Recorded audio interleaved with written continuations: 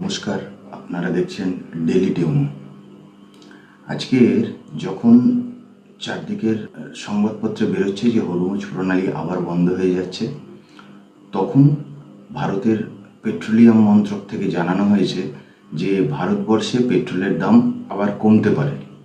তো আজকের আমরা এই ভিডিওতে আলোচনা করব যে সেটা কতটা সম্ভব, আদৌ কি পেট্রোলের দাম কমবে, আর কমলেও সেটা কবে থেকে কমবে। যখন আন্তর্জাতিক বাজারে পেট্রোলের দাম দিন দিন বাড়ছে, কারণ ক্রুড অয়েলের দাম বাড়ছে। আমরা জানি যে আমেরিকা ও ইরানের যুদ্ধের জন্য হরমুজ প্রণালী বন্ধ ছিল। সারা পৃথিবীর প্রায় 70% ক্রুড অয়েল সরবরাহ হয় এই হরমুজ প্রণালী থেকে। আর যুদ্ধের কারণে যেহেতু এই হরমুজ প্রণালী বন্ধ থাকায় ক্রুড অয়েলের দাম দিন দিন বৃদ্ধি পাচ্ছিল, আর তার জন্য পেট্রোল, ডিজেল, কেরোসিন থেকে আরম্ভ করে যাবতীয় পেট্রোলজাত পণ্য সব কিছুরই দাম বাড়ছিল। কিন্তু হঠাৎ করে ভারতের পেট্রোলিয়াম মন্ত্রক থেকে আজকের যে সংবাদ এলো, তাতে সবাই প্রায় হতবাক। হ্যাঁ, ভারতের পেট্রোলিয়াম মন্ত্রী বা পেট্রোল মন্ত্রকের প্রধান হরদীপ সিং পুরী উত্তরপ্রদেশের একটা অনুষ্ঠানে গেছিলেন। সেখানেই তিনি সাংবাদিকদের জানিয়েছেন যে ভারতবর্ষে কয়েকদিন পর থেকে পেট্রোলের দাম কমবে। কলকাতায় এখন পেট্রোলের দাম 113 টাকা প্রায়, আর ডিজেলের দাম প্রায় 99 টাকা। কিন্তু কয়েকদিন পর থেকে এই দাম নাকি কমার সম্ভাবনা আছে। যখন সারা পৃথিবীতে দাম বাড়ছে, তখন ভারতবর্ষে দাম কমছে। এটা হচ্ছে ভারতবর্ষের বিদেশ মন্ত্রক, শুধু পেট্রোল মন্ত্রক নয়, ভারতবর্ষের বিদেশ মন্ত্রকের বিভিন্ন দেশের সাথে যে সম্পর্ক, তারই সুফল হয়তো আমরা পেতে যাব। এবার একটু দেখি তিনি কেন এই কথাগুলো বলছেন।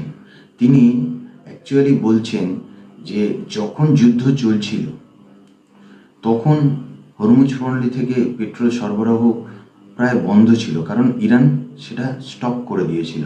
এর ফলে কি হয়েছিল, ক্রুড অয়েলের দাম বৃদ্ধি পেয়েছিল এবং পেট্রোলের দামগুলো আস্তে আস্তে বৃদ্ধি পেয়েছিল। কিন্তু তারপরে আমেরিকা আর ইরানের মধ্যে যে শান্তি চুক্তি হয়, হরমুজ প্রণালী কিছুদিনের জন্য খোলে।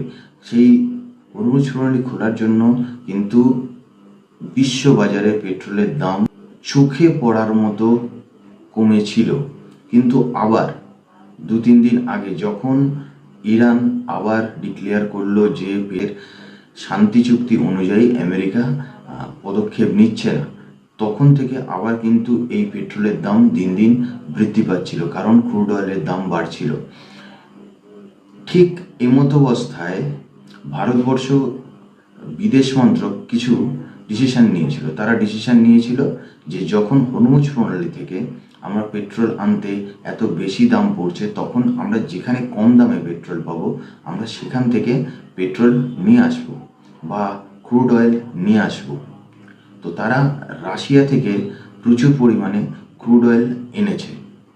এবার প্রথমে যেহেতু দামি ক্রুড অয়েল বিভিন্ন কোম্পানিতে সরবরাহ হয়েছিল এবং তারা সেখান থেকেই পেট্রোল তৈরি করছিল, সেই জন্য মার্কেটে এখনও দামটা হাই হয়ে আছে। কিন্তু পেট্রোল মন্ত্রকের দপ্তর থেকে বলা হয়েছে যে আগামী কিছুদিনের মধ্যে কিন্তু সেই কম দামি ক্রুড অয়েল থেকে আস্তে আস্তে পেট্রোল, ডিজেল তৈরি হবে। তার ফলে ভারতবর্ষের মার্কেটে আবার কিন্তু কম দামে আমরা পেট্রোল বা ডিজেল পেতে থাকবো। আমরা আশায় থাকবো, আমরা প্রত্যেকেই নজর রাখবো যে কতদিন বা কবে এই দামটা কমে, কারণ তিনি নির্দিষ্ট করে কোনো সময় বলেননি যে কোন সময় থেকে পেট্রোলের দাম ভারতবর্ষে কমবে। আমরা আস্তে আস্তে আমরা লক্ষ্য রাখবো যে সেই দাম কবে থেকে কমে। তা শুধু ভারতবর্ষের পেট্রোলের দাম কমবে না, আনুষঙ্গিক সব জিনিসেরই যে প্রাইস হাই হয়েছে সেটা কমার সম্ভাবনা থাকছে। তো আপনারাও কমেন্ট করে জানাবেন যে আপনাদের কি মতামত, আদৌ কি পেট্রোল মন্ত্রক থেকে যেটা বলা হয়েছে সেটা কি সম্ভব নাকি সম্ভব নয়। আমরা আপনাদের কমেন্টের অপেক্ষায় থাকব। আর আপনারা একটু এই ডেলি টিউন চ্যানেলটা সাবস্ক্রাইব করে নেবেন। প্রত্যেক দিন বিভিন্ন আপডেট নিয়ে আমরা আসছি। সেই আপডেটগুলো যথাসময়ে পাওয়ার জন্য একটু নোটিফিকেশন বাটনটাও অন করে দেবেন।